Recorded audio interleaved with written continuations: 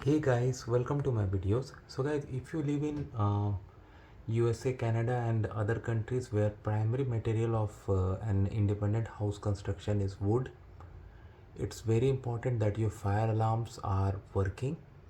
And another aspect is like you should have interconnected fire alarms. Like in my home, this is a fire alarm in one of my rooms, and I have basement too, and as per the fire safety code I have fire alarms in each and every room, even in the hall and other places.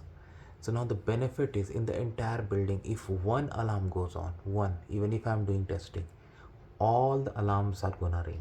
So suppose you have a basement, you have a big house, multiple rooms, and if the alarm goes on in basement at night and you might be in deep sleep and you are probably in the farthest room, still the alarm in your room is gonna go on, and definitely that could turn up life saving for you. Because initial few moments when a fire begins, unfortunately it should not, but it does happen, so we all have to prepare, because emergencies never tell you before hitting you. So in within the first few moments, if you get notified, probably you have time to take some life saving actions like vacate the building with your loved ones, um, and like save lives. That's the most important thing anybody would like to do, like vacate the building and call 911 and whatever emergency number in your country.